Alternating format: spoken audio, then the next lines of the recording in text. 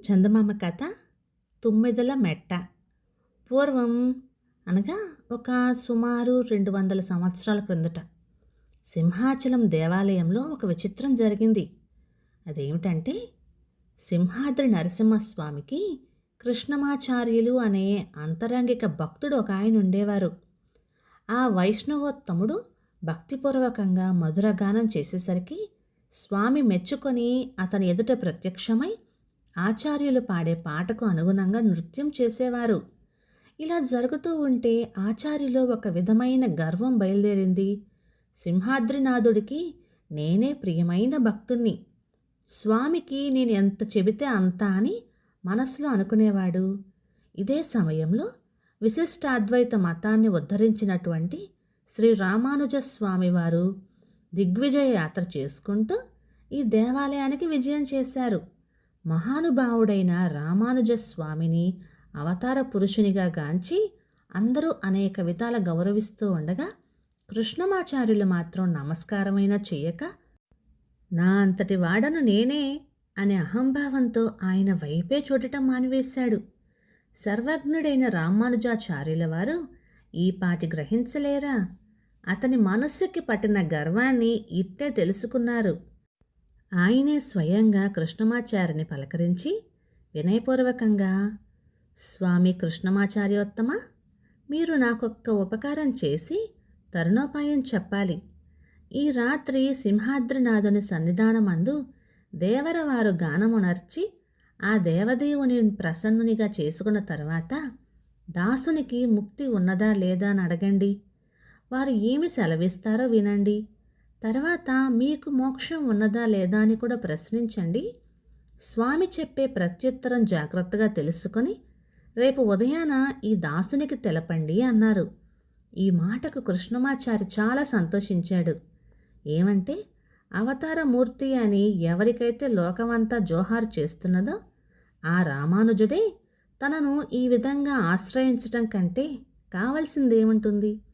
అందుచేత ఆ రాత్రే తన దివ్యగానం చేత స్వామిని మెప్పించి ప్రత్యక్షం చేసుకొని, దేవాదిదేవ, దక్షిణ దేశం నుంచి రామానుజాచార్యుడు అనే యతీశ్వరుడు ఒక ఆయన వచ్చి ఉన్నాడు. ఆయనకు ముక్తి ఉన్నదా లేదా? ఈ విషయం దేవరను అడిగి జవాబు చెప్పమన్నాడు. ఏమిటి ఆజ్ఞ అని అడిగాడు. అప్పుడు సింహాద్రినాథుడు, ఓయి భక్తవరేణ్య, ఆ రామానుజుడు కేవలము మునీంద్రుడాయనే. ఆయన ఇచ్చిన వారికే ముక్తి కలుగుతూ ఉండగా ఆయనకు ముక్తి ఉన్నదా లేదా అనేది ఒక ప్రశ్న. అది సందేహమేనా అని బదులు చెప్పాడు. అయితే స్వామి, నాకు మోక్షం కలదా అంటూ మళ్ళీ ప్రశ్న వేశాడు కృష్ణమాచారి. అందుకు స్వామి, ఓయి కృష్ణమాచార్య, నీవు నాకు ప్రియమైన భక్తుడవే, ఇది నిజమే, కానీ నీకు మోక్షం ఇవ్వటానికి మాత్రం నాకు అధికారం లేదు. ఏమంటే, విభూతి ద్వయాధికారం ఇదివరకనే రామానుజాచార్యునికి ఇచ్చివేశాను. ఎవరికి మోక్షం ఇవ్వటానికైనా ఆయనే సర్వాధికారి. కనుక నీకు మోక్షం కావాలనంటే నీవు వెళ్ళి ఆయననే ఆశ్రయించాల్సి ఉంటుంది అని చెప్పారు. భగవంతుని వాక్యాలు వినగానే అంతులేని ఆగ్రహం చెలరేగి కృష్ణమాచార్యుడు ఉగ్రుడయ్యాడు. ఇంతకాలమై నిన్ను ఆశ్రయించిన ఫలితం ఇదేనా? పరమపదం కోసం పరులను ప్రార్థించమంటావా? అమితమైన భక్తి తాత్పర్యాలతో ఇన్నేళ్లుగా నిన్ను కీర్తించి భజించానే, చివరకు నన్ను ఇలా మోసగిస్తావా అని నోటికి వచ్చినట్టలా నిష్ఠూరంగా మాట్లాడజొచ్చాడు. ఈ నిష్ఠూరాలకు సహించలేకపోయాడు సింహాద్రినాథుడు. కృష్ణమాచార్య, నీవు రజసుడివి, తామసుడివి. భక్తితో పాడానని ఏదో మహా ఉపకారంగా చెబుతున్నావే. నీవు పాడావు, నేను ఆడాను. నీ పాటకు నా ఆటకు సరిపోయింది, మరేమీ బాకీ మిగలలేదు. ఇప్పుడు అనాలోచితంగా ఉద్రేకం తెచ్చుకొని నీవు నా పట్ల కఠినంగా మాట్లాడావు కాబట్టి నీవు రచించిన కీర్తనలన్నీ నీచుల పాలైపోవుగాక అంటూ శపించి వేశాడు స్వామి.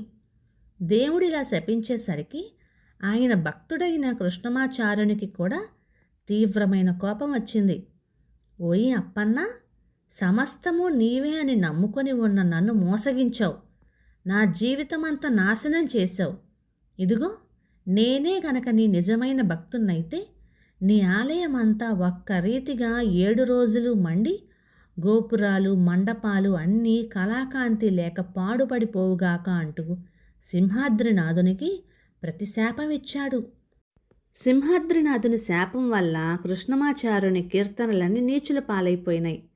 కృష్ణమాచార్యుని శాప ప్రయోగం వల్ల మరికొద్ది కాలానికే మలికీనేబ్ అనే మ్లేచ్ఛ నాయకుడు బ్రహ్మాండమైన తన దండుతో సహా వచ్చి సింహాచల క్షేత్రాన్ని ధ్వంసం చేయబూనాడు.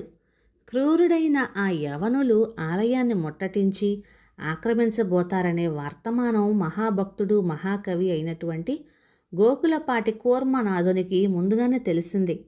ఎవరికీ తెలియకుండా ఆయన తక్షణమే దేవాలయ అంతర్భాగంలోకి పోయి కూర్చొని మహాభక్తి తాత్పర్యాలతో సింహాద్రి దేవుణ్ణి ప్రార్థించాడు. ఆ ప్రార్థనకు ఫలితంగా అతనికి కవితా ప్రభావం కలిగి వైరిహర రంహ సింహాద్రి నారసింహ అనే మకుటంతో సీన పద్యాలు చెప్పనారంభించాడు.